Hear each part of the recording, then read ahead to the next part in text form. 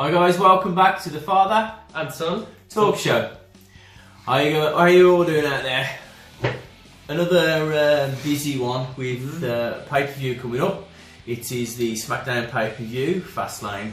It's the last pay-per-view before WrestleMania. So officially we are straight on ahead for WrestleMania. Yeah. That's probably the best pay-per-view out of all of the year. Okay. So we will... Oh no, I wasn't talking about Fastlane, I was talking about WrestleMania. Oh, right, okay. I'm not that biased. So we will obviously going to go straight into some news after the break.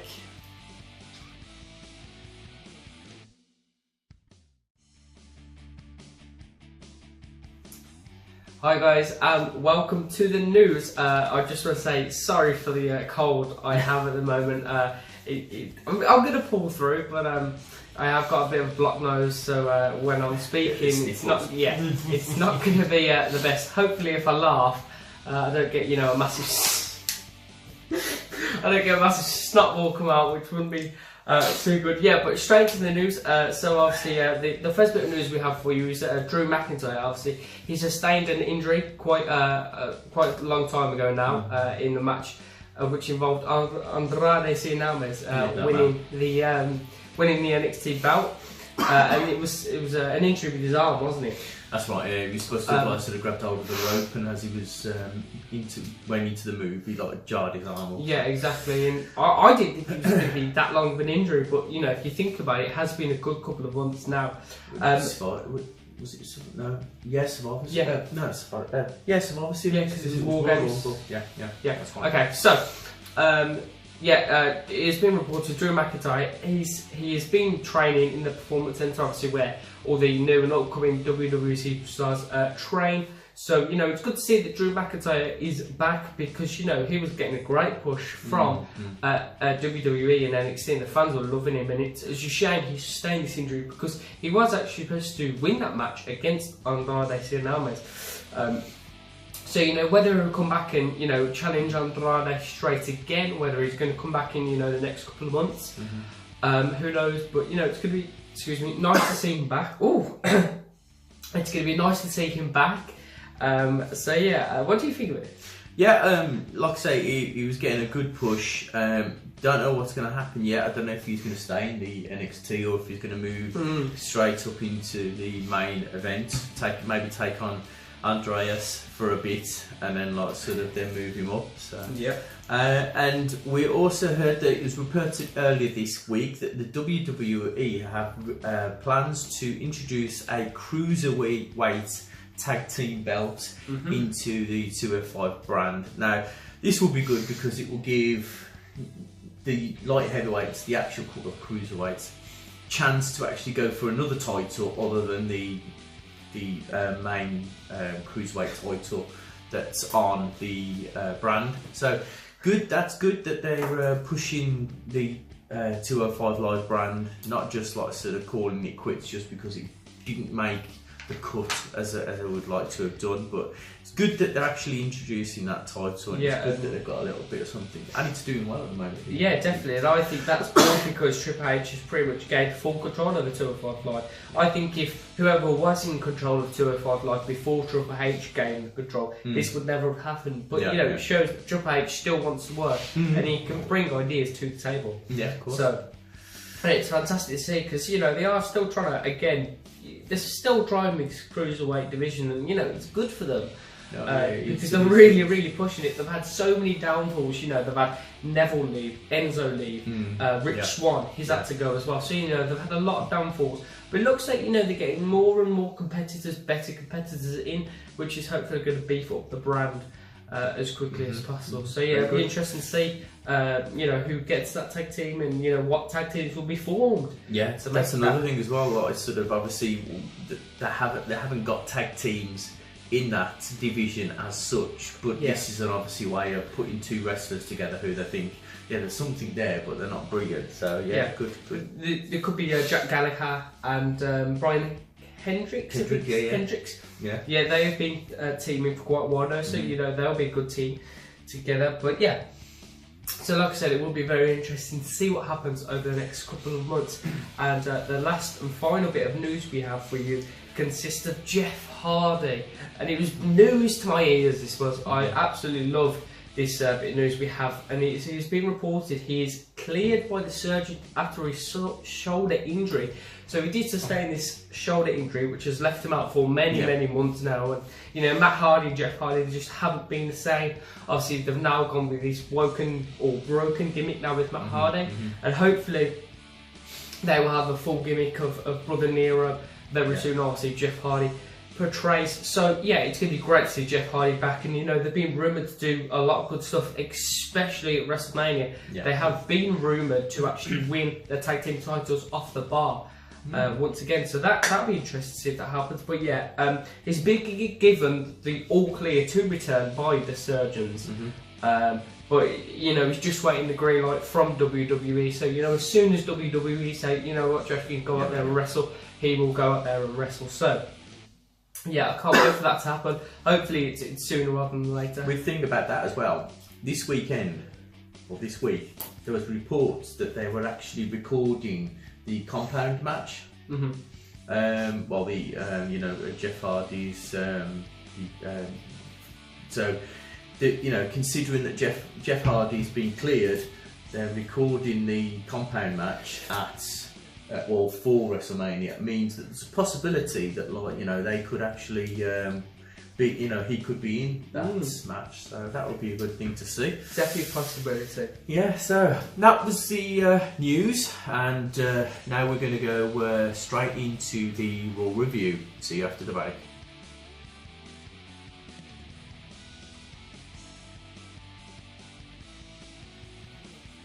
Hi guys, welcome back indeed. We go straight into the Raw review of this week. We start the show with Kurt Angle coming down to the ring, calling out Triple H, saying that he wanted to like sort of start where he left off last week.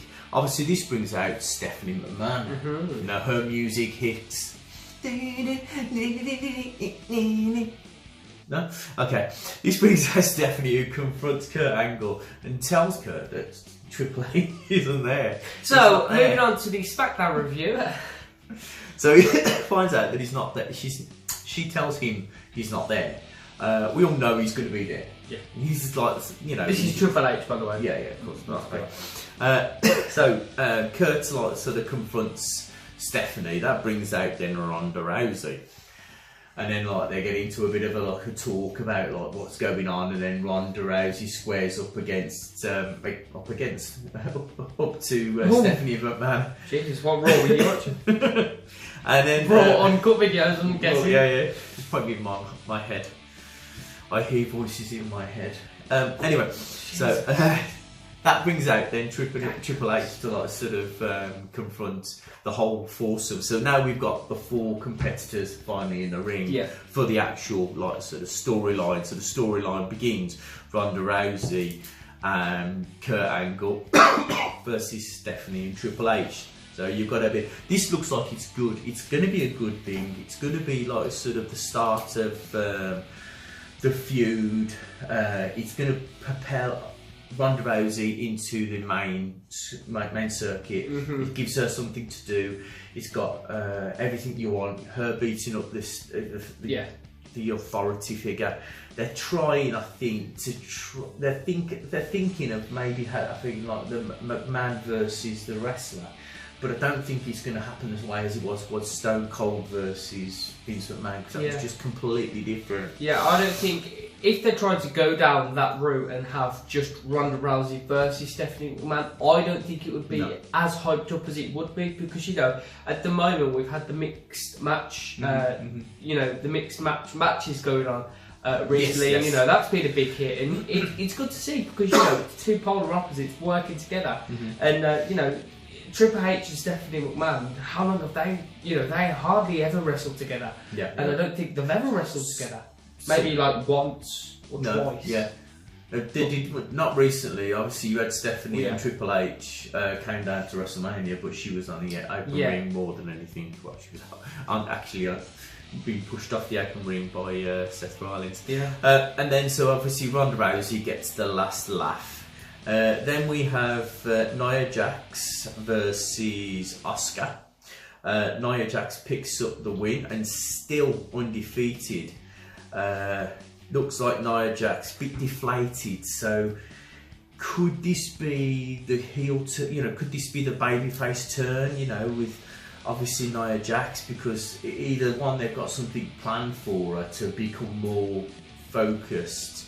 But at the moment, it just seems like she's struggling to find her leash. Yeah, definitely. I know there was a segment where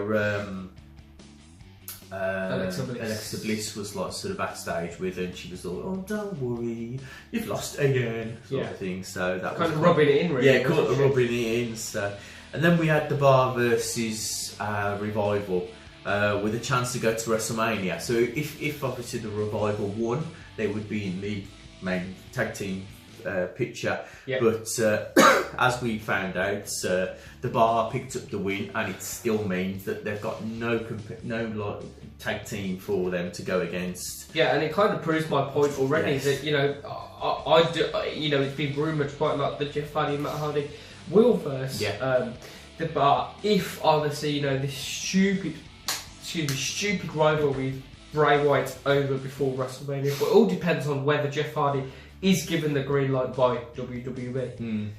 Yeah. Then we had John Cena's cutting a promo about being on Smackdown. Saying how good Smackdown is.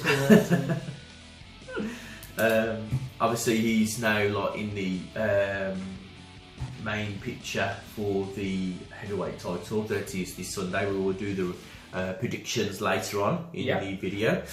So John Cena is saying that it's going to be a triple threat if he gets into the main event. And then we have Goldust that comes out, and he basically said that he's not going to sleep. He's going to fight on. Goldust, in my eyes, is one of the most underrated wrestlers. He was good. It's good to see him back. It's good to see him going up against John Cena. Something that could possibly, he could be the person that doesn't beat causes John Cena to lose on Sunday night. Yeah. And then obviously you've got a possible feud between them two at WrestleMania. We will have to see. Right. But obviously John Cena picks up the win over Goldust. And then we had Hillbilly Jim's Ring of Honor Hall of Fame video. He is being introduced into the Hall of Fame. Well done to Hillbilly Jim. Very funny guy. I remember when I was growing up, he was always on the TV. He was a bit of Hulk Hogan. He was like a Hulk Hogan protege. Hulk Hogan picked him out of the ring. Well, no, picked him out of the crowd because he was being beaten up by, I can't remember who it was at the time, but he picked him out of the ring and got him to the back, sort of thing. And then there was a bit of a thing with him and Hulk Hogan. Hulk Hogan training Hillbilly Jim. Yeah, to be a professional wrestler. So well done to Hillbilly Jim. Another good one to be inducted into the Hall of Fame. Yeah. Then Bayley comes out to explain about last week.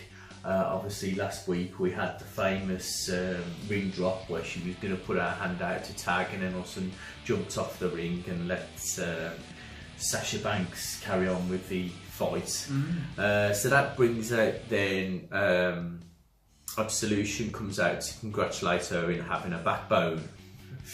Everything that people have said that she lacks, really. Yeah. Bayley, because Sasha Banks stabbed it out. Well, yeah, I think that's probably why she's been digging it out so much. But then we had Mandy Rose versus Bayley, and Bayley picks up the win. Famously, Bayley's actually on the winning track now. I know. This was amazing to actually see. Bayley's winning. So there is hope after all for sort of Nia Jax. If Bayley can win, I'm sure Nia Jax will get the pin. So. Obviously, Bayley picked up the win, So of course, Absolution jumps in the ring and starts beating up everybody. Yeah, can I just interrupt? Yeah, sure. Again, Paige had nothing to do with it. She was Yeah, just still directing standing traffic on the outside. again. Yeah. So what's happening? You know, we still haven't heard anything yet. Yeah. Whether she has had to retire, because it seems like when she's walking and when she's doing movements, she looks fine. Yeah. But you know, it's not always that obvious, and hopefully, you know, she will. She won't have to retire. Even if she doesn't, she can't wrestle. You know, it will still be nice to see her there. Yeah. But you know, I think we all know that like neck injuries, you can get what's called stingers, where it's like you just hit the back of the neck, and it's like you cause all your fingers and nerves to like sort of tingle. So we don't know what's happened. I mean, she has had a neck injury before, way back when she, Well, that's one reason why she was out for so long. Exactly. And you know, it's a shame to say, because so many wrestlers have had to retire because of it. Edge, obviously, most notably. You know, Edge was fantastic. He was on the top of his life, and you know, he had to retire all of a sudden because you know he got a neck injury, and obviously Nikki Bella as well. Yeah, another one. Which is a shame. Yeah. You know, it's a dangerous sport. Yeah, of course. People who turn around and say like, wrestling's fake. Yes, the matches are predetermined. Yeah. But accidents happen, and when they do happen, they are serious. Yeah. And then we had Elias versus Braun Strowman in a Symphony of Destructions, and yes, again, there was the world's biggest guitar. It's called a double bass. Everybody knows that. So is that what the commentators were? Yeah, they called it. It was Jonathan Coachman still calls it the largest guitar in the world or whatever. But so obviously Braun Strowman picks up the win, and we still continue with. It looks like it's going to be Braun Strowman versus Elias for a bit. Elias looks good. Yeah. Did you watch the drive along? The ride along? Yeah, ride along with Elias. Yes, I did. It's very funny. I love the one where he was just sitting there singing songs. Yeah, it's very like his gimmick as well. Yeah. He's really good because he puts over the fun side of him. So yeah, and obviously when performing on TV, you know, he's getting the crowd booing him, and you know, it's funny because he kind of cuddles up with the crowd and then throws a complete curveball and says, "Oh, you all smell" or something like that. And it's funny to see. Someone that's that good and that confident on the mic, is going to go far in WWE. And the good thing about it is, after he's put the crowd down, he'll say, "Who wants to?" and the crowd go, "What? Where?" So he's got that fans going there. So then we had Bray Wyatt versus Rhino. And I feel so sorry for Rhino. He's just being used. Sorry for the whole of them. Rhino and Heath Slater. So last week we had Heath Slater. This week we've got Rhino again. Rhino. Bray Wyatt picks up the win, and they're making him look good. They're keeping him out there, making this possible feud look good. And then we had a Matt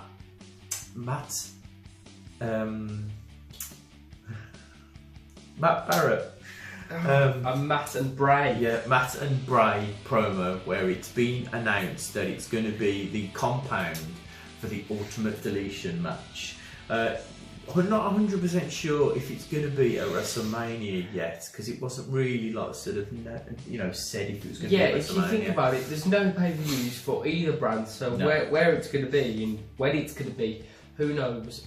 Could be just on a Raw special, exactly. If they've recorded it already, they might not be. Like you say, if there is rumours that the Bar are going to face Jeff Hardy and Matt Hardy. So we'll have to see what happens with that. Then it's the famous Miz's. Yes, it's where the Miz can stand there and put everybody else down. Oh, this was hilarious. I love the one where he was putting down Kurt Angle, and then he said bastards. I'm not swearing, but it's true. It's not swearing because it is. YouTube, please don't give us a strike. Please don't give us a strike. It is the word for son that's out of marriage. It is the real word, but we did sort of go. It was so funny. So and then very funny. Seth picks up, and we had Finn Balor and Seth Rollins versus 2/3 of the Miztourage in a hand. Oh no, sorry, do apologize. It was a handicap match, wasn't it?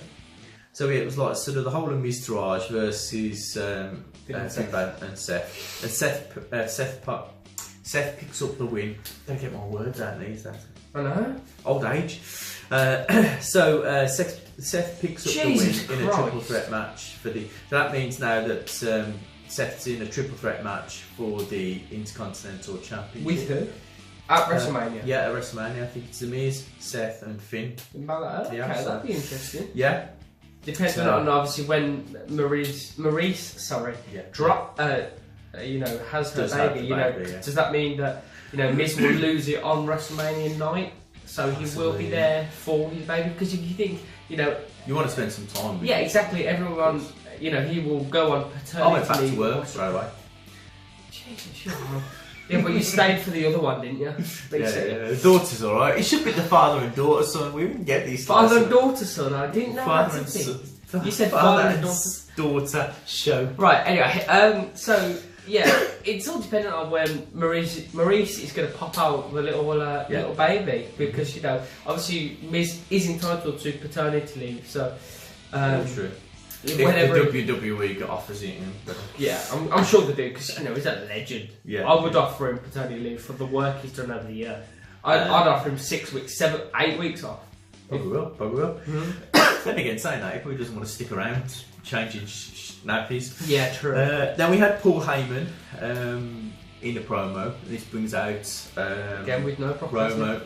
Roman Reigns, and we get a lot of the bitch word flying around again, and it seems like the WWE seems to be harping on this fact that they can use the bitch word now. Yeah, and they're starting to be a little bit more lenient, obviously using the other B word, bastard, Yeah. and obviously the female dog word. The bitch. Yeah. So You're a what? Yeah. So it tells like sort of Paul Heyman to bring Roman Reigns, bring Brock Lesnar next week, and I think if I remember it saying that he's going to be there, he has got one more Raw show appearance that he can do. I just don't. I don't Raw want to. are so stupid. They I are think wicked. it was just the simple fact that Vince wanted Brock Lesnar by any means necessary, and he signed this stupid contract. And of course, I wouldn't be surprised if Brock Lesnar is earning the most money as a He probably WWE is. He probably superstar. is. Yeah, It's just so he's stupid. earning the most money. He's got the title for nearly a whole year. The Like, guys literally, you- probably I don't know at least on a handful of occasions Yeah. he's turned up for. Like if you didn't watch Raw on a weekly basis, and 1 month you missed it, and then you watched it again, I don't know, 4 months later, you would think the IC title is the main belt on Raw, yeah, and you of course. have no other belt, because he's never there. Yeah. As much as I don't want Roman Reigns to win at WrestleMania, I want him yes. to win so he actually turns on every night with the belt. Yeah, I think it will happen. It will happen. I think we all know it will. Yeah. And that was the Raw review. So we will be back after the break with the Smackdown review from him.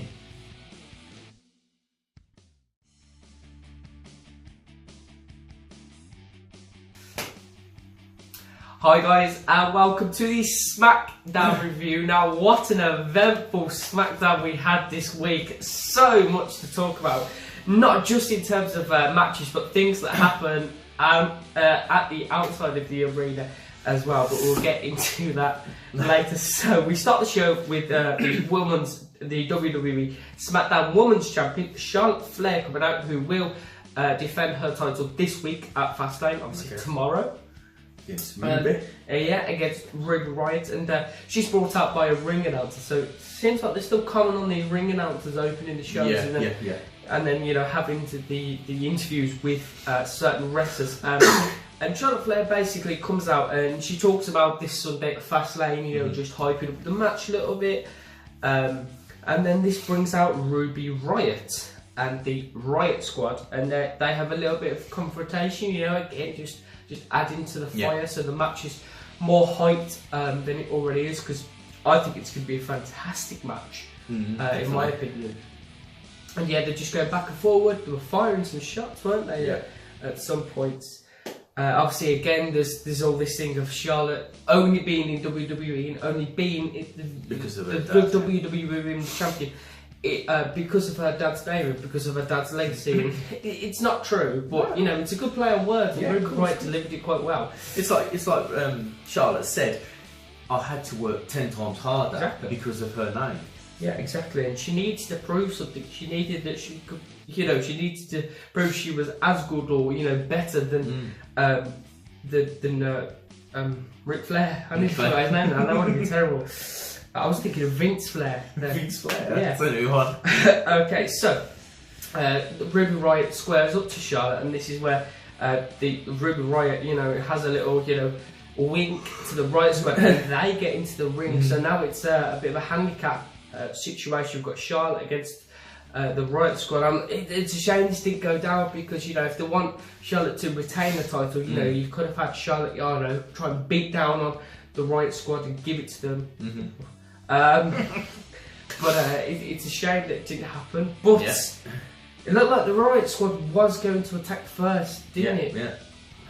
But that didn't happen. Bobby Roode comes and saves the day. And it's actually really funny to see because Bobby Roode and Charlotte have quite similar entrances, don't they? They have quite similar personas. You know, they both wear a flashy jacket. Yeah. I think they're both on the mixed tag team as well. Yeah, they are the two tag teams. So you know, it's good to see those two clash as well. Obviously, both champions. Did you notice how she was like sort of Bobby? Like, and you put here like a love-struck teenager as well. So you know, there could be a romance going on between those two. Charlotte. I'm sure the last time I'm sure Bobby Roode was married with a couple of kids, but obviously relationships do split up, so it might be over now. But that was so funny. That was so funny. It really was. It's nice to see Bobby Roode come down and actually save Charlotte, like, you know, from the wrath of the Riott squad. And so we were all wondering why Bobby Roode came down and saved Charlotte, and that was all down to the fact that he was going to the commentary desk to spend a lovely night with Corey Graves, Tom Phillips and Byron Saxton. Yeah, so he's basically sitting on your arse doing and still getting paid for it. Jesus, it's not good. You know, I'm just going to ask you a question. If you could take over one place on Smackdown, would you replace Corey Graves, Byron Saxton or Tom Phillips? Smackdown? Yeah, who do you feel is the most annoying that you just want off the show? Well, that's just not relevant.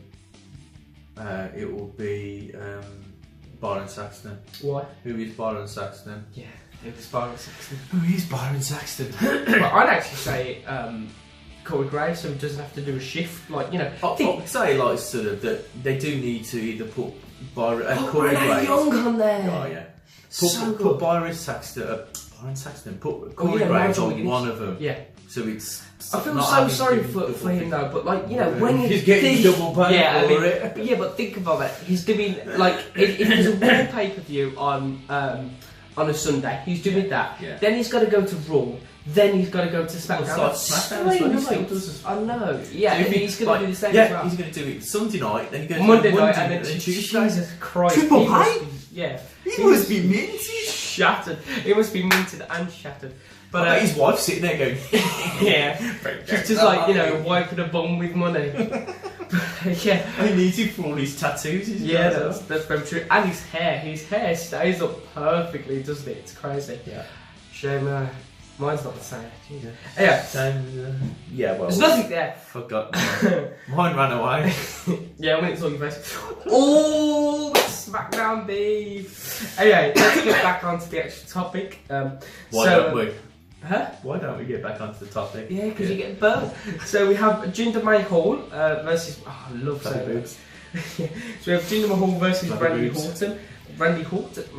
Orton, and again, this was a fiery match, wasn't it? Because obviously Jinder Mahal has been, you know, creating some beef between these two, some rotten beef. And it's good because, you know, it's got Bobby Roode and Randy Orton to hate on each other. So, you know, will Jinder Mahal turn up on this? Jinder hasn't got anything going. No, he's got nothing at this match. It was interesting. Maybe it might be turned into a triple threat match. Yeah, it could do just at the last second because I like doing that. But, you know, maybe it might just come down and wreck it for Roode, maybe Orton, and then you could have, you know, something of a you know, something like that. You know, you could have Mahal and Bobby Roode have their type of rivalry, and see if Mahal wins that. So then also we have Randy Orton being a little bit aggressive, because it looks like Jinder Mahal's going to throw Randy Orton into Bobby Roode and those two clash, which obviously they will do at Sunday. But it's actually Jinder Mahal that goes into Bobby Roode, and this is where, you know, this is where the match kind of came to an end, and this was the reason. So Jinder Mahal straight into Bobby Roode, knocking Bobby Roode completely out. And then after this you have a bit of more in-ring action, and then you have Bobby Roode come onto the apron, which then you have Jinder Mahal do the weirdest thing to knock Randy Orton over. He jumped at him with his knee in the air. Yeah. It was so stupid that he could have just hit him over the head and that would be enough. Yeah, of course. It was so stupid the way he did it. But, you know, it's what Jinder Mahal likes to do. So he kneed him into the back, which then knocked Bobby Roode over, which then kind of starstruck Randy Orton, of which then he went into the ring to get hit with a Colossus. So surprising to actually see Jinder Mahal win that match. I thought it was going to be Randy Orton, so he will actually look powerful, but, you know, it's definitely going to knock that confidence. I think if they do stick him with it, I think it's going to be one massive triple threats, because you've got like the six-way. Everything's nearly a triple threat match on the card. Yeah, they're doing a lot of these triple threat matches though. It's became a lot more common. I think it's because they've got so much talent. They don't know what to do with them all. I know, they'll just put everybody in a triple threat match. Yeah, it's a shame though. So, moving on, pretty much for the next 10 minutes we had just boring promos. But they were backstage, which is better, because, you know, you have no one chanting Rusev Day. Yes. But yeah, we have Kevin Owens and Sami Zayn. Now, interesting to see, because they've been back and forth, haven't they? And obviously it showed on this week's Smackdown. Either as a unit. Yes. Or split up, or it's very interesting to see, you know, who's going to actually get the nod over one another. Is it like another ruse like we've had with like sort of Kevin Owens and Chris Jericho, or it could be, you know, something quite similar to what's happening over Raw with Sasha Banks and Bayley. Yes. Because you know, obviously they're friends, and now Sami Zayn and Kevin Owens are, you know, friends again. So yeah, they cut a promo about the championship this match, and this was interesting because Sami Zayn turned around to Kevin Owens and said, "I'm going to be your guardian angel in this match," which was interesting to see, because, you know, Kevin Owens has already been in the limelight as the face of the brand, obviously winning the Universal Championship on Raw. So it was interesting to see that Sami Zayn would, you know, say that, and it looks like he's taken a step back. But I think that was just to get Kevin Owens happy, so Sami Zayn can trick him into it, and then, you know, having a better chance of winning the heavyweight championship at this week's, at tonight's Fastlane pay-per-view. I keep thinking it's Saturday for some reason, but yeah, we're recording this Sunday because we had a lot to do yesterday. Yes, we did. Oh yeah, and obviously Happy Mother's Day. Yes, to all the mums out there. Yeah, completely forgot about that. We are so sorry. But yeah, moving on, we had Shinsuke Nakamura, the Royal Rumble winner of 2018, cut a promo with Rusev and Adrian English about the match that English and Nakamura had last week on Smackdown, which was a good match, you know.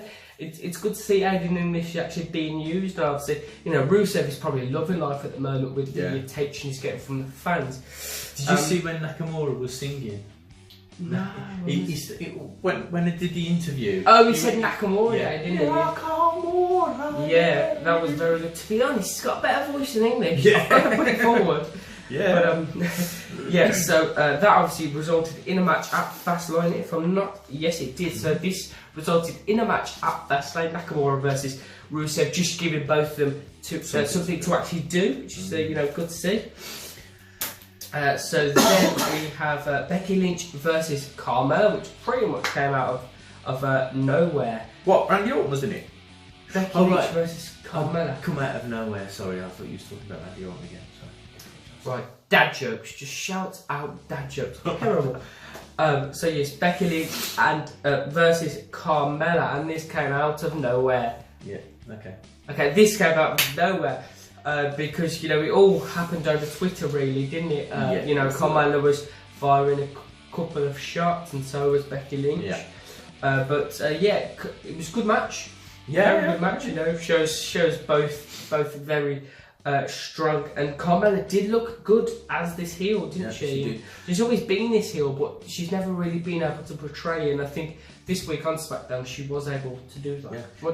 She looked good, and it looks good that they're trying to push her as well, because we all know she's still got that case. Yeah, she's still got the Money in the Bank case. So if she doesn't sort of look strong, then when she comes to actually catch it in, she could have another failure, and I don't want to do that, because they had Baron Corbin with a failure. Yeah. If she fails, and I hope she don't, because that will mean that there's 2 failures. Then when the Money in the Bank comes around, when Money in the Bank match comes around, they're going to turn around and go, the Money in the Bank match, yes, it's the chance of. Both our last competitors failed to cash in, because they always hype on about, Seth Rollins everybody went on to win the WWE title and made history. Everybody who's I think there's only been 2 people who failed, and that was John Cena and Baron Corbin so far. So it's a shame to see, because obviously Baron Corbin was good. He was planning for something good, but obviously that fell through. And I don't see it happening with Carmella. Hopefully she will win it, but I don't know how I feel about Carmella. She's very, very average. It's because she's this heel that is sassy, and she doesn't want to fight, but if it comes down to it, she will. Hopefully she will be a champion one day, and hopefully there won't be, like you said, a failure.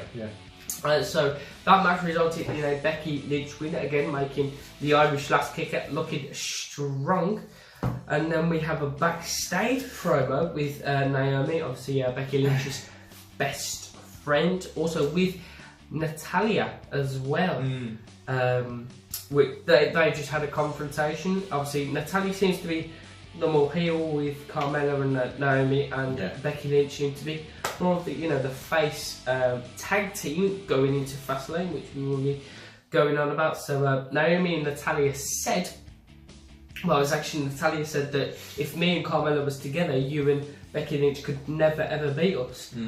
So then this is where this match came out from. So again, just making sure the rest of the women in the Smackdown locker room get some use of the night. So I think everybody's on there now. Yeah, pretty much. There's only a couple of women, like Tamina's not on there, but she hasn't been on TV for a very long time. I think she'll be gone soon. Yes. Either herself or if they get rid of her, because the contract comes to an end. Yes. So we'll have to see. Because obviously a lot of contracts soon are coming to an end. Yes. So after this, we have a classic camera outside shot, which always happens. But what doesn't happen is when a man walks up in front of the camera, goes to a statue which has something to do with the stadium, and stacks it right in front of the camera.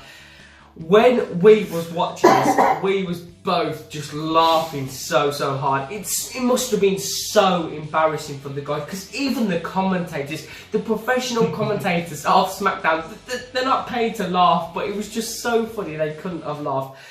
Literally came out of nowhere, don't say anything. It literally, he was just there, and it happened, and it was just the funniest thing ever, wasn't it? Oh yeah, so funny. Like I say, I've been watching it for ages, and they always do the outside scenes, and I always think to myself, there's going to be somebody do something, like we've seen it on our news, where you got the news reporter standing there reporting, and somebody comes up behind him and goes, oh, like that. This is just so funny to see a guy come into the shot and then fall over. If that was me, I would have been so embarrassed. He's had to have watched that already. that must have gone viral. But they could make so much merch with that. Imagine they just make a t-shirt of the moment he slips and just say, yeah, exactly. God, that'd be hilarious. But it's just the people in America. They don't think what they're doing. They just decide to slip over. But yeah, after that, we cut back into the stadium where everyone was still on their feet. And we had AJ Styles, the phenomenal AJ Styles, come out and cut a promo about the Fastlane match, which is tonight. Hey, you got it right. Which is tonight, including Dolph Ziggler, AJ Styles himself, John Cena, Baron Corbin, Sami Zayn, and Kevin Owens. I'm pretty proud I actually remembered that. So yeah, he's talking about the fast lane and saying basically he's beaten all the opposition, he's overcame all the opposition, and this match, it's going to be difficult because, you know, he doesn't need to be pinned, but he's a phenomenal one at the end of the day. He can do extraordinary things. I know that's Finn Balor, honestly. But yeah, I mean, to be honest, he can do extraordinary things. So this then brings out Dolph Ziggler again. Oh, do you know when you were saying, who are you saying that's really underrated? Just at the Raw. I can't remember who it was. It was Goldust. Goldust, yes. Yeah, you were talking about Goldust being underrated. Yes. What about Dolph Ziggler? Yeah. He's been a legend for WWE for so many years, and you know, he's still underrated. He's carried the company on his back so many many times. times. He's And had so many A-class matches. Yeah, and he's been let down so many times by Vince, and it just shows that, you know, sometimes, you know, people don't understand how hard it is. And he could easily be the next Shawn Michaels. Yeah, definitely. He was hyped to be that. You know, he was hyped to be the next Shawn Michaels. It just he might get his spotlight in. He's still quite young. He's not like over hills yet. He could still have a year where he's holding the belt. Yeah, hopefully it will be soon, and he actually gets his WrestleMania. Hopefully he gets his WrestleMania moment one time. So this brings out Dolph Ziggler, like I said, and he tells AJ Styles that he's gone soft. Some fire shots there. Some absolute. He's telling AJ Styles he's gone soft. It's just it's like messing about with the ball. Yeah. It's not good. No. So then this creates a match between AJ Styles and Dolph Ziggler themselves, and it doesn't actually finish. Which is depressing to see, because Kevin Owens and Sami Zayn try to beat down on Dolph Ziggler and AJ Styles, which, you know, it would have been nice to see that match actually like sort of go to an end instead. But you know, it's just so Kevin Owens and Sami Zayn can ruffle Dolph Ziggler and AJ Styles for the match. So it did result in a disqualification, but this brings out Shane O'Mac after everything. After Kevin Owens and Sami Zayn thought they were going to get away with this, no, nothing escapes under the eyes of of Shane McMahon. Shane O'Mac. Yeah, and then he proceeds to make a fatal five-way, and I was quite confused at this point because I was like, Shane, have you got that wrong? There's 4 competitors in there. But then he brings out the lone wolf, Baron Corbin. So, this was interesting to see because no John Cena. So it's just a 5-way match. So to me, that shouts out John Cena's not going to have a shout in this match. You know, he's just there to fill the match. So yeah, this does give him an advantage because typically he will be the freshest competitor because you know they've only had a couple of days to rest up, and it was a grueling match, wasn't it? Oh yeah, it was a very good match. You know, obviously Dolph Ziggler and AJ Styles were wrestling for a very long time. The Tuesday just gone, weren't they? Yeah. Because they had their match and then they had to participate in this fatal five-way. You wonder sometimes, is Shane McMahon sort of looking after AJ Styles, but then when he throws him in matches like this, you think, no, he's not. Yeah, exactly. Poor AJ Styles. Again, like you've put here, AJ Styles AJ Styles and Dolph Ziggler exhausting themselves before Sunday, and then out of nowhere, again, so many out of nowhere, Sami Zayn picks up the win, which was a shocker for me. I thought someone like Baron Corbin or Dolph Ziggler was going to pick it up because they look strong out there, and no doubt so did AJ Styles. But Sami Zayn out of nowhere, he picks up the win. But the biggest thing about this, it was over Kevin Owens. Yes, he hit the Hallouma kick right in Kevin Owens' face. It sounded nasty, didn't it? It sounded really bad. But wow, it was so shocking to see. Does that mean there's bad blood at Sunday? Does that mean, No, that's pay-per-view's gone, bad blood. They don't do that anymore. Jesus Christ. That joke! Yeah, that joke. So, yeah, does this mean Sami Zayn and Kevin Owens are not going to be friends in the match? In the actual match? Who knows? It's going to be interesting. He said during the day, didn't he? He said during the actual show, he did say, "I will lay down for you," but obviously suddenly he's not now because he's got the pin over him. So, will he do it? Will it be a bit of a swerve? We will have to see. Yeah, I mean, I'd prefer him to just go straight out because he does deserve a title. He hasn't had one since he came up from WWE, and Kevin Owens has. So hopefully, Sami Zayn doesn't sit back and just let Kevin Owens bathe in all the glory. Hopefully, it's I prefer it to be AJ Styles, but I'd also like it to be Sami Zayn so we can get that title. So that main event concluded the Smackdown for this week. We had a load of falls, we had a load of falls, as in, we didn't expect it was going to happen. And we had an action-packed episode of Smackdown this week. So, thank you all for tuning in for the Smackdown review. And now we will jump over to the NXT review with Dale. See you all there. See ya.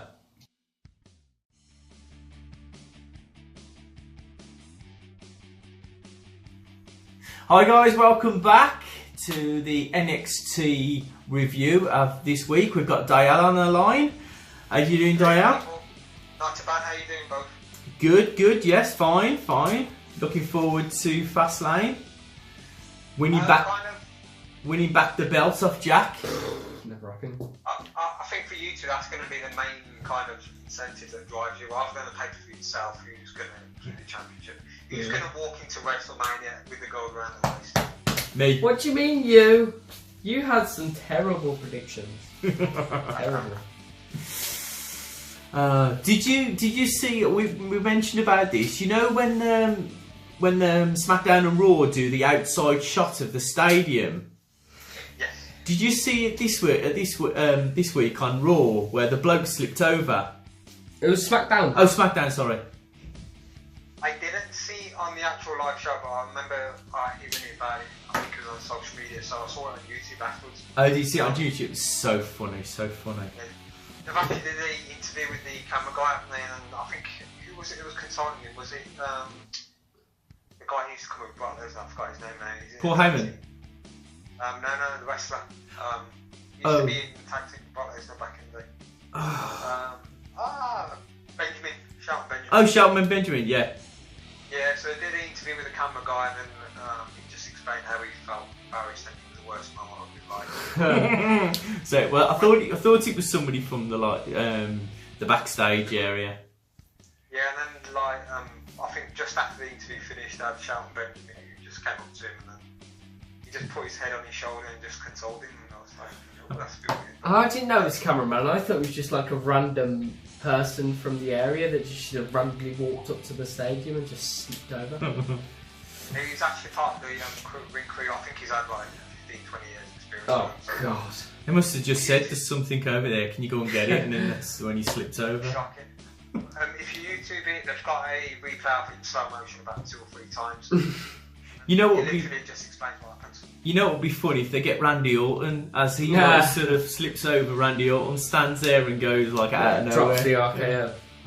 That is a good point, Tyler. Make a meme out of it. So the NXT. Yeah, NXT this week. You both saw the NXT show, yeah? I watched it. Jack hadn't had a chance to watch it, unfortunately. Yeah, I was too busy. Okay. This one actually was a really good show, I thought. Coming straight at you from Atlanta again. We start off the show with another advert for the Dusty Rhodes Tag Team Classic, which is coming up. Just a vignette on what happened last year. Sorry, not last year, 2 years back. Who's involved, and they showed the brackets as well briefly. So I'm sure it's something we're all going to be looking forward to, and it gives the tag teams on NXT something to fight for in the coming few weeks. Apart from just having man feuds, I think it's a good way to fill up the time slots, don't you think? Yeah. Oh yeah, definitely. It's good to see Tyler Bates in it this time, isn't he? With is it Tyler Bates or Pete Dunne? One of them are in it. I believe it's Pete Dunne. Yeah. Yeah, it'll be good. And don't they get the belt as well now? Because Bobby Fish has injured himself. Isn't he up for the belt now? I believe it is, because unless they're going to it's either that, or they're still talking maybe having Adam Cole jump in because they can treat him as kind of a three-way team similar to New Day. So I don't think it's been 100% decided yet. They might be still waiting on Adam Cole, but if they try and give him that individual push like they were looking to give him, then they might have to relinquish the belt and have it as part of the tournament. So we'll see what happens in coming weeks, I guess. So back to this NXT episode. We start off with the first match.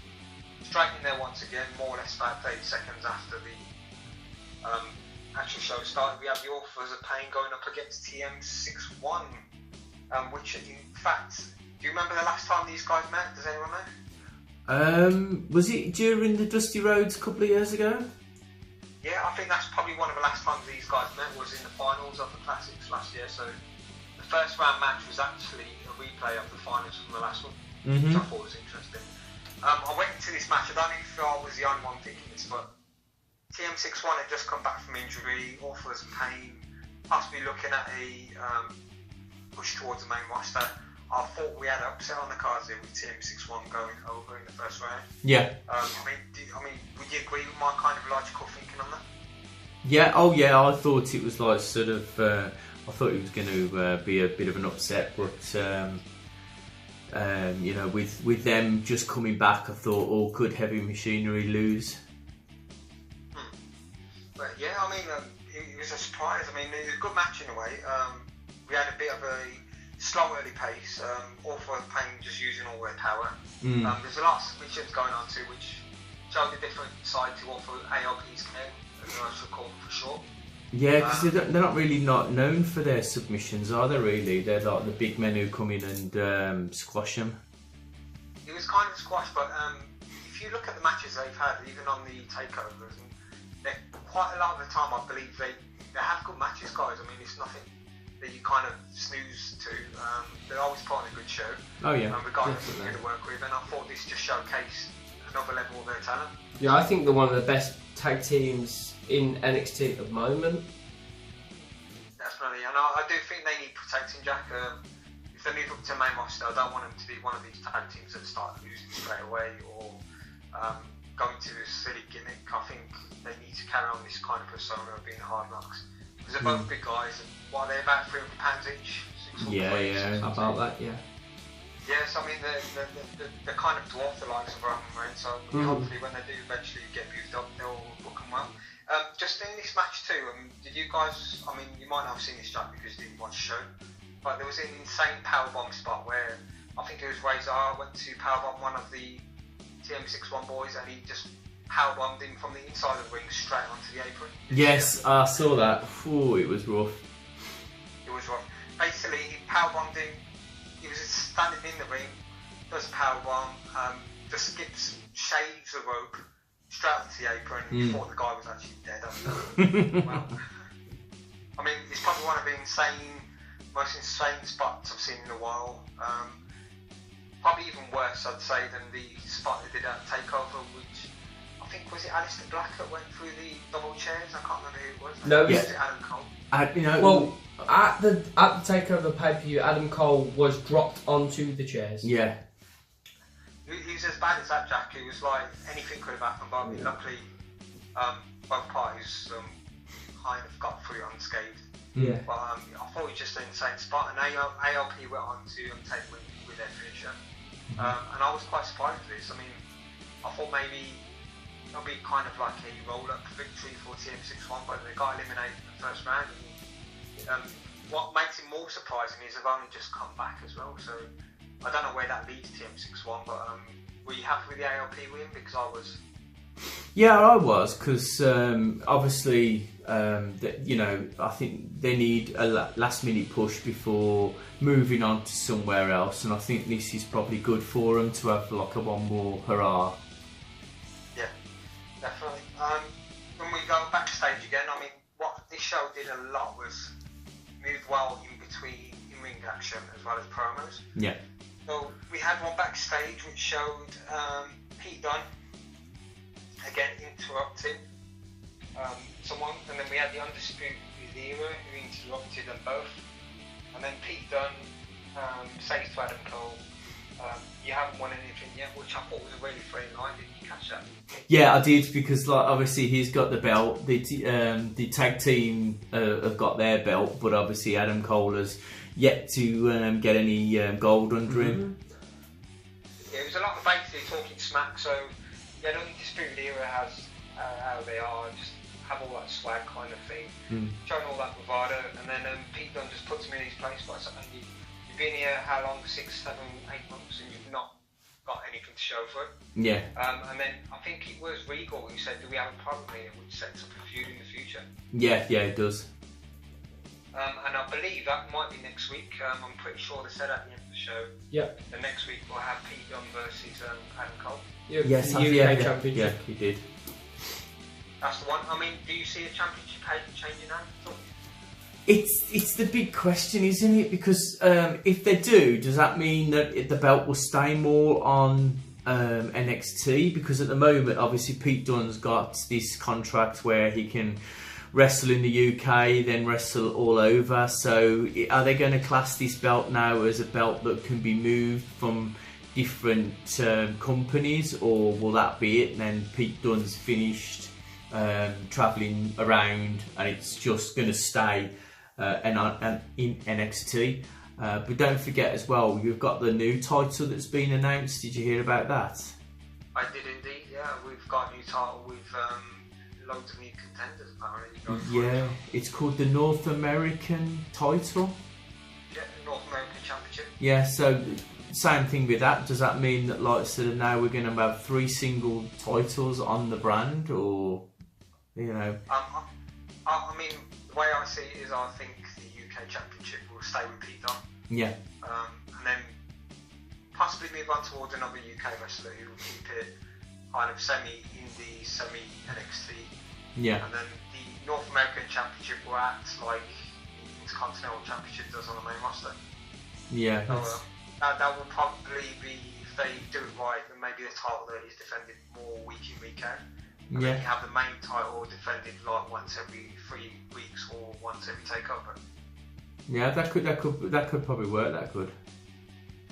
Yeah, I mean, I'd say it's probably a good thing as well, because you got to a point where you don't want too many titles, because then you don't want everyone walking around with one that kind of devalues the feeling and the kind of esteem of it itself.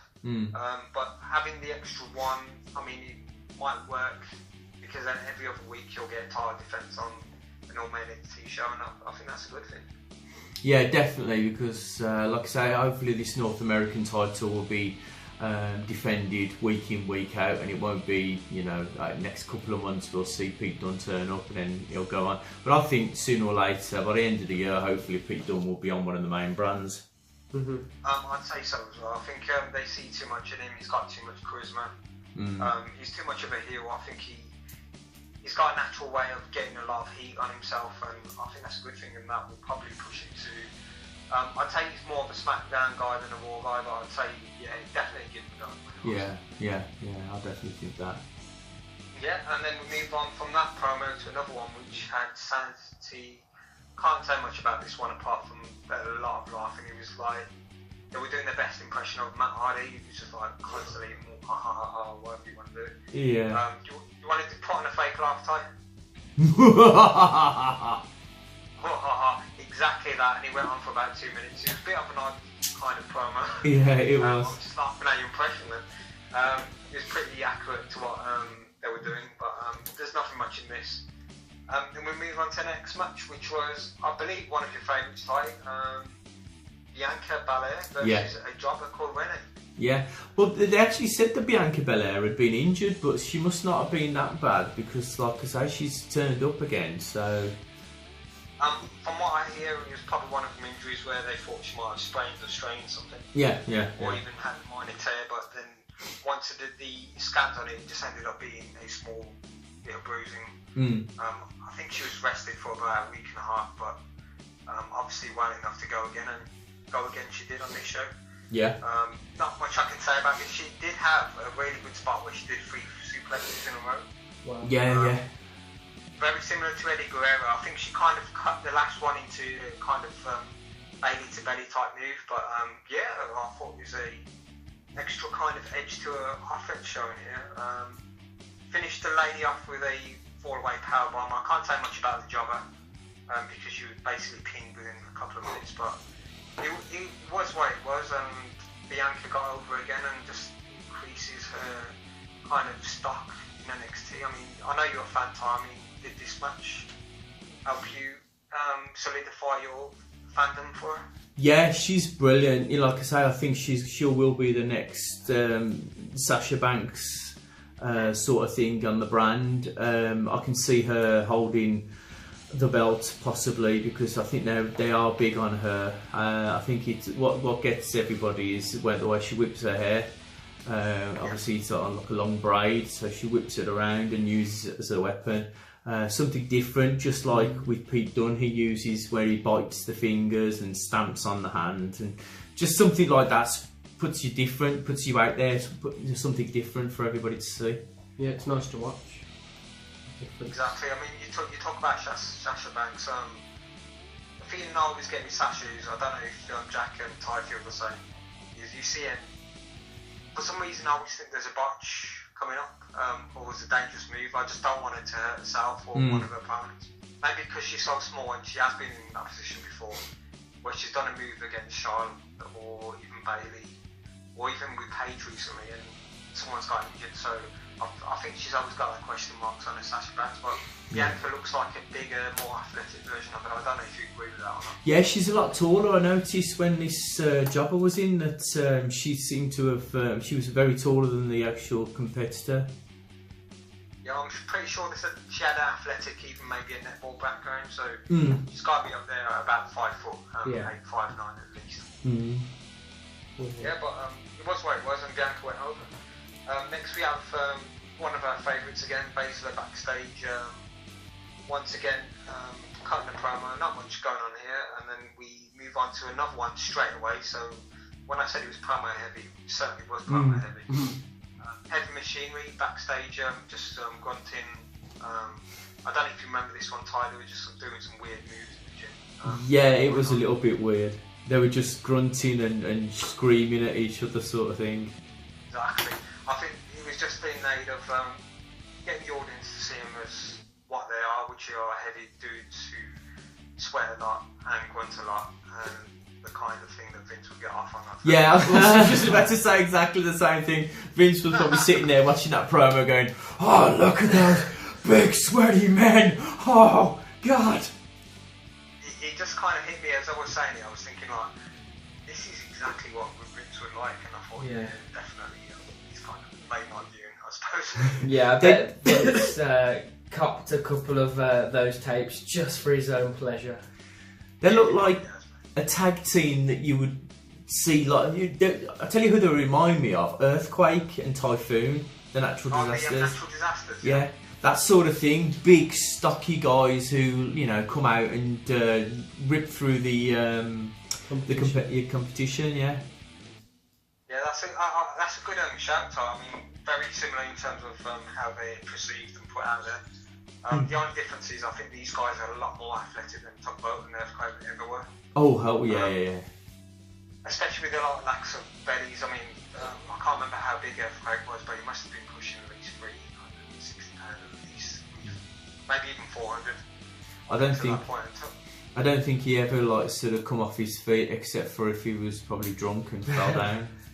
Oh, probably not, mate. No, probably not. I remember he used to do that splash from the corner. Was it the corner? Yeah. Similar to what Yokozuna used to do.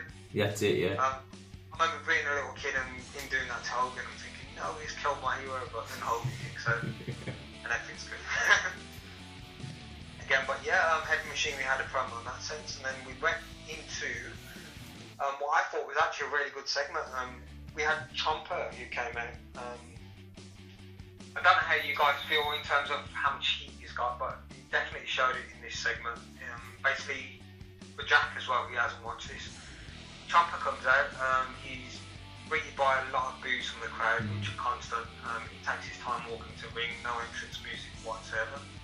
The crowd is basically constantly shouting things like, "You suck." Johnny Gargano. He just stands there in the middle of the ring. Classic Heat 101, just don't say too much. In fact, he didn't actually say anything. He just stood there for 5 minutes. Didn't say a word. All the heat was coming on him. I mean, what do you think of this tie? Because I thought it was brilliant. I thought it was brilliant. They did it so well. The fact that he just came out, stood in the ring, didn't say anything, and allowed the crowd to like boo him. Then he got out of the ring and then jumped back in the ring, didn't he? Then he dropped the microphone on the floor again and just walked away. So brilliant, brilliant. Whoever thought of that? It's just, as you said, Heat 101. That's what you want. You want your heel to be standing there, not saying anything, and have all the fans just screaming. And that's what they got. Some fans were singing Johnny Wrestling. And I did hear a couple of them singing Gargano. I think they were, because the thing is, he's doing this so well, people are starting to appreciate how good he is. There's a moment there, as you alluded to, he was about to walk out of the ring. He was kind of walking quite briskly without his crutches as well at some point, so he's recovering from whatever incident or accident he had with his knee, so he's getting better in that sense.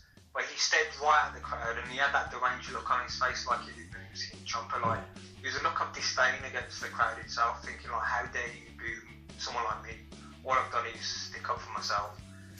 And then he gets back in the ring, like you said. Then he walks back out again, circles around the outside, and then he's looking at the crowd, and all of a sudden he lunges for someone in the crowd, grabs their sign. Yes. Said something like Ciampa, wasn't it?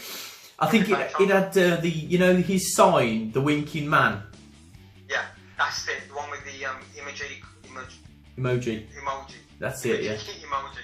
Gargano's kind of like the thing he comes out with. That's it, on his knee pads and pants. That's exactly it. And then what does he do? He goes back in the ring with the actual sign, rips it in about 4 or 5 pieces, and just when you think, oh, he's done enough, he picks up his crutches and starts doing what he did to Gargano in the last few weeks. Just absolutely takes it out on the sign, so he just whacks it so much, Jack. I think he probably even bent the crutches that he had. Oh my god. I mean, he was looking deranged, he was looking angry. Also, I noticed as well, he looks a lot more jacked than he used to before he got injured too. So, I mean, this guy might have been off injured, but I don't know if you noticed this time, but he looks like he's been pulling some serious weights in the gym. Yeah, I did notice that he looked a little bit. He didn't look as lightweight as when they were the DIY. He looked like he'd put a lot of muscle on. So, as you say, it was only a knee thing, so he could have been working on his upper body whilst his knee was recovering as well. He does really fit this gimmick as well, because he does look really sadistic in the way he looks at the camera and the way he looks at the audience. It really fits. I mean, you could look straight at the camera and you're probably thinking like, did I shoot his dog? Why is he looking at me like this? I mean, he literally, like you said, Jack, he's so believable. I think that's why he was getting some chants as well from the audience, was because they're kind of appreciative of how well of a job he's doing. Yeah. And I don't know where this is going in terms of with him and Gargano, if anything's going to happen. Obviously, I think he's been told to leave the company as he lost a match against Almas. I don't know if they're going to get him back in as one-off, but yeah, it'd be really interesting, I think. And we've got one hell of a heel on our hands now going up against one hell of a babyface. Well, there was a spoiler review, so if you don't want to hear this, then skip forward. But it was the fact that Johnny was actually found coming into one of the taped shows. It was probably here in about 3 weeks' time, probably, and he jumped in and attacked Ciampa. So they reckon there's going to just be a one-off match, like sort of. So it's all. Maybe it might be WrestleMania week. Probably, yeah, probably be the takeover. Well, it will be the takeover show, and they're saying it will be an unsanctioned match. So that will be good to see. See, I didn't know of this, and this is the first I've heard of it, but I think like Jack said, if this happens at TakeOver, it just makes sense that such a big match, after such a good build-up, happens at a big show like that. That would be brilliant. Well, loads of people have been speculating that the NXT TakeOver will be the show, the pay-per-view that steals it again. I agree. I mean, normally, I think we all can agree that normally every week weekend when we do have pay-per-views involving a takeover, the takeover normally set the bar, and it's normally the benchmark for that whole weekend. No, definitely.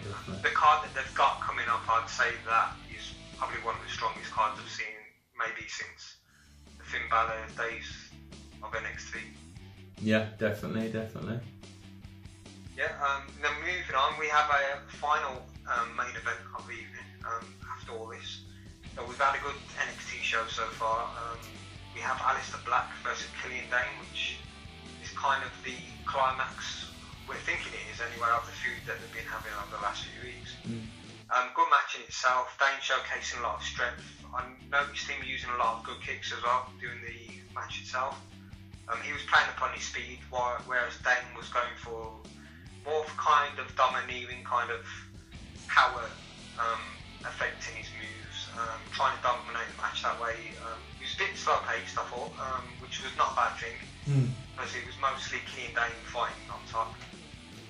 There was a good spot where I thought Damo, or Killian, if you want to call him that, went for the Vader Bomb. I mean, did you see this time?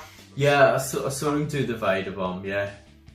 And they actually referred to it as a Vader Bomb too, so I thought that was a really good kind of rollback towards the old WCW kind of Big Van Vader days, where he used to knock out these people with that move. So yeah, good to see that again, wasn't it? Don't you think? Yeah, it was brilliant, because any time they hark back to the sort of the old stuff is good, because obviously it gives that person a little bit of a push, and you know, people go, oh, Vader, what's that? And then I go back and look on the network at things that he's done. Obviously, you know, I think his best time was in WCW. When he was put in WWE, he did a bit, but he was just used as you know, Vince just killed him off. Yeah, I agree. I mean, for anyone who didn't know who he was, I'd say he was probably about 6'3". He weighed in at about least 360 pounds. So he's probably at least like 100 pounds more than people like Roman Reigns, John Cena. He looked like a beast. He was probably wide as hell. I mean, he looked like he was about 4 foot wide. And he just used to obliterate people. Absolutely. He used to wear his black and red singlet kind of thing with a mask, and he just used to destroy the hell out of people. I think the reason why he bombed a bit in WWE was when he went there was a lot of politics backstage. I remember hearing stories of Shawn Michaels didn't want to work with him because he was kind of scared of his strong style. And then people putting words into Vince's mouth saying he's not a right partner for me, and that kind of killed him off early. So it wasn't really his fault, he was just not given the right chance, I thought. No. Yeah, back to this match then. So we had Killian Dane, who was modern equivalent, or NXT equivalent of Van Vader. Dominating most of the match. I thought he did really well on working on top. Aleister Black had his moments here and there, showing a bit of speed. I thought he done really effective in terms of his kicks and punches. But yeah, Killian was dominating the whole match. Just when you thought he was easy to win, Aleister Black got in with what was a really, really good Black Mass roundhouse kick to the face of 1, 2, 3, and it was over. And Aleister Black goes on to NXT. Still unbeaten. At the end of it? Yeah, well, like as Jack just said, you know, he's still unbeaten, so it's good to keep Aleister unbeaten, because you know that sooner or later he's going to take the title. So you know, could they be using him as the undefeated one in NXT like they did with Asuka? Yeah, I don't know about if he'll be undefeated. I thought they showed him a lot more vulnerable in this match than he's ever been. He was purely. If you want to put percentages on this match, I'd say it was at least 70% in terms of Killian's favour. 30% Aleister Black. He's never looked this kind of vulnerable at all. In terms of keeping him undefeated, it depends who he goes up against. I'd say if he goes up against someone like EC3, even Velveteen Dream, I think he'll lose his streak in that sense. Yeah. And then it depends on what level this kind of won him on the main roster too. If he's undefeated, he'd have to go on to Raw and say be one of the main players, but that's down to Vince. I guess. Yeah. But in terms of what Black's doing, I think he's doing a good job. Yeah, definitely doing a good job. Definitely. They're treating him right. They're using him as the best way they can. But I do foresee him maybe losing before he leaves NXT. I don't think the Asuka thing will be repeated. If they're wise, they might just do that once every, say, 10 years, just to keep it kind of new and not have everyone who they think's got a bit of potential have that undefeated streak. Yeah, I don't think they'll I think they'll have him lose the belt in a normal match. I don't think they'll have him completely be as Asuka, where she basically handed the belt over, didn't she? It did indeed. So she was actually undefeated, but if they do have Black defeated out, it would be kind of, for example, if Adam Cole goes up against him, it will be a case of maybe Bobby Fish or Carl Riley hitting him with a steel chair or something. Yeah, to make him not look weak. Exactly, but he'll always look strong. I think Triple H knows that, he's sensible enough to book him strong. It's just a case of maybe having someone outsmart him or outnumber him. I'd say that's the only way to beat him. Yeah, very true. Yeah, that concludes the NXT show. Before we wrap this up, guys, looking at the Switch show, Ty, in terms of length, minutes, how long would you say this show went on for? Probably about 55 minutes. It was actually 46 minutes, believe it or not. Okay. We went through a lot in terms of its review, but it felt like a long show, and that's in a good way, because it felt like it was an hour and a half worth of action. Yeah, definitely. Well, 46 minutes, I mean, how close is that? Yeah, when you were speaking, if I was to say, when you were speaking, it felt like, that episode of NXT was like, hour, maybe hour and a half, because there was loads of action in it, and to show that it was 46 minutes, and for them to do all that and portray all that is fantastic. It was brilliant. I mean, it wasn't just 46 minutes of action, it was match, backstage promo, another promo, match, in-ring promo, another match. So you had sections where they were behind the scenes or just like cut videos. It just shows that you don't have to be in the ring cutting 10-minute segments where you have the crowd chanting what at you all the time. Yeah. Or wrestlers forgetting their lines. You can do backstage with small vignettes and you can get people over. Yeah, that's the thing. I think with WWE, with the main roster, I think that's what they need to do as well. Stop doing these long vignettes, because it just, people start getting bored of it. You look at like nearly 20 minutes, 18 minutes of a vignette, and it's just like, that's too much now. So exactly, you get one guy in the ring and another one joins him. You have another entrance music interrupting someone, another one joins them. Same old format again and again. All you need sometimes is like 30-second skit about someone being in the gym grunting like every You know what it's about, you know what they're about, you know what they're going to do. Happy days, just get on with it. Yeah, definitely. Can I just quickly add, when earlier in the show we were talking about Drew McIntyre, have you heard about Drew McIntyre, that he's making his return soon? I know he was getting close to recovering, but I've not heard much about when he's going to make his return. Yeah, he was. Or where? I mean, did anyone specify what show he's going to be on, or is he going to be back in NXT? No, they didn't. All they said is that he's on the he's in the performance centre now, actually doing more physical stuff. So we don't know if he's going to go for the title, if he's going to go for Amos's title, or if he's going to move to the full roster. So we'll have to see. They might do one of these ones where he does a little bit on the little bit on NXT and then a little bit on one of the other brands. On the main roster. I mean, whatever happens to him, I hope he gets a fair crack at it, especially if he gets moved up to the main roster. I think he's proven himself on the independents. He cut some really good promos. Got a lot better on the mic as well as in the ring. Changed his look as well. I mean, before he looked really babyface when he was with 3MB and before that. I think he looks a lot more rugged, a lot more of a kind of anti-hero kind of man now. Yeah. I just hope they give him the right kind of time, space, just to develop his character and carry on from where he was. Yeah, because when you... I mean, I don't know if you agree, guys, but I feel when I see someone like Drew McIntyre, I see a champion more than I see a champion in Roman Reigns. Yeah, definitely. Yeah, when he first came to WWE, he was just kind of used, and people used to call him like the future, and Vince's has created this amazing wrestler, you know, who's going to come on to be a champion, and he just never did. But now he is starting to prove himself. So it'd be such a shame if he's proved himself in NXT, gets injured, and then, you know, comes back and then goes to the main roster, and then just, you know, completely just flops out again, and just, you know, doesn't get the storylines he should get. Because, you know, in NXT he's been fantastic. I think if he goes to NXT, they'll get the best out of him, and then, you know, go on NXT for a couple of months, maybe, you know, a long couple of months, and then move him up to the main rosters when he's sustained that, you know, perfect character once again.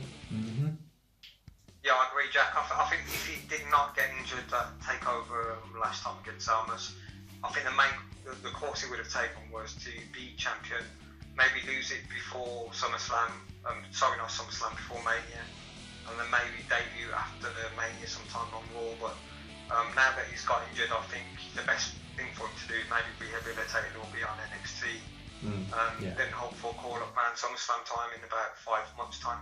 Yeah, definitely. But yeah, definitely he's got what it takes, so fingers crossed for him. Hopefully everything goes well. Yeah.